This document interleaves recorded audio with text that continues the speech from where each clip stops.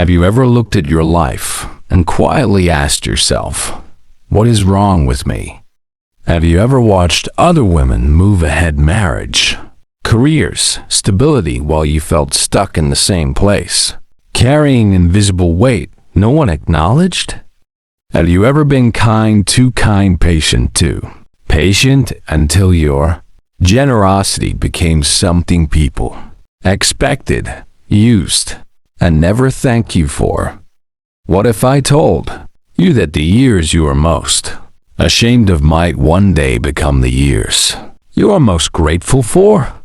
What if every failure, every rejection, every moment you felt lost was not proof that you were broken, but proof that you were becoming someone powerful in silence? There was a woman I want to tell you about. For nearly 8 years, she looked like a failure to everyone around her. People whispered about her. They questioned her choices. They judged her softness, her wandering, her inability to settle down.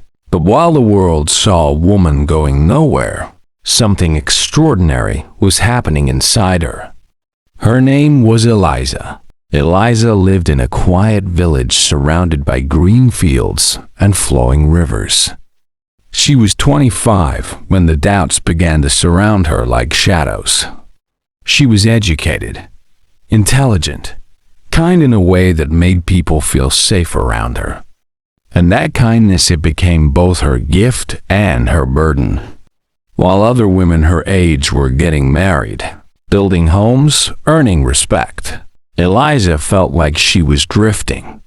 She tried farming with relatives, helping endlessly, waking before sunrise, working until her hands burned. She gave her heart to it, but it drained her soul. She left after 6 months. Then she worked in the village market. She listened to everyone's problems. She helped without being asked. She stayed late. She covered for others. But inside she felt empty, unseen. She walked away after a year. She tried teaching children. She poured herself into them, encouraging, nurturing, believing in them more than anyone else did. But the elders dismissed her ideas. They told her she was too emotional, too soft, too much. She left again. And with every step away, the whispers grew louder. She can't commit. She doesn't know what she wants. She's wasting her life. Her mother would look at her with worry she tried to hide. "My daughter," she would say gently, "when will you finally settle? When will you become someone?" Eliza never had an answer. At night, she sat alone under the stars, hugging her knees, replaying every failure. Why do I care so much? Why do I give so much and still feel empty? Why can't I just be normal? But here's what nobody saw. After leaving the fields, Eliza apprenticed with a village carpenter, a woman named Martha, a master of her craft. For 3 years, Eliza learned patience, precision, how to see beauty in rough, unfinished things. She learned that shaping something strong required gentle hands. Then she left. More whispers. Next, she worked with a blacksmith named Helena. The work was hard. Fire, heat, force. For 2 years, Eliza learned resilience. She learned how pressure creates strength, how metal bends before it becomes unbreakable. Then she left again. After that, she studied writing under the village scribe, Agnes. Words became her refuge. For 2 more years, she learned how to give shape to feelings, how to turn pain into meaning, silence into voice. By the time Eliza turned 33, she had learned from 5 different women and finished none of them. Her younger sister now had a family, a home, respect. Eliza had nothing. At least, that's what everyone thought. One cold evening, the village elder, a stern woman respected by all, stopped Eliza in the square. "Eliza," she said firmly, "you are 33. When will you stop wandering? When will you finally become someone?" The words pierced her chest. That night, Eliza broke. She collapsed onto the floor of her small cottage, tears soaking into the wood. 8 years, she whispered. 8 years of trying, and I have nothing. She looked at her hands, rough from carpentry, scarred from metalwork, stained with ink. "I am a failure," she said aloud. A 33-year-old failure. The next morning, as she walked past the blacksmith's shop, Helena called out, "Eliza, come here." Eliza expected another lecture, another reminder of who she wasn't. But Helena looked at her with knowing eyes. "Do you know what you are?" Helena asked. Eliza swallowed. "A failure." Helena laughed a deep, calm laugh. "No," she said. "You are the rarest woman in this village." Eliza frowned. "In 8 years," Helena continued, "you've learned from carpenters, blacksmiths, teachers, scribes. Do you understand what that means?" Eliza shook her head. "Your mind has been changing," Helena said softly. "Every skill rewired you. Every experience layered wisdom into you. You were never quitting. You were collecting." Something cracked open inside Eliza. "But I never finished," she whispered.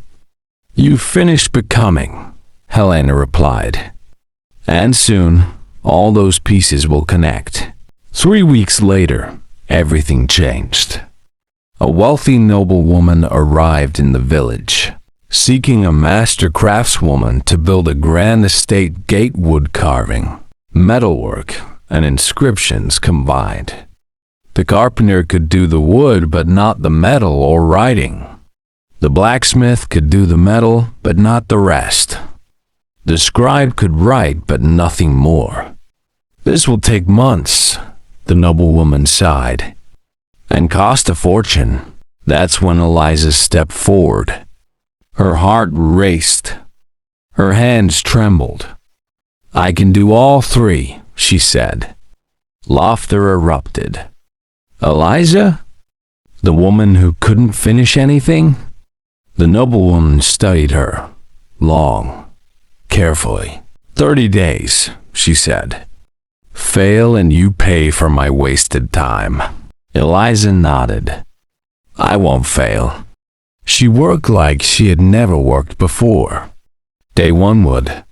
Her hands remembered patience. Day 10, metal. Her arms remembered strength.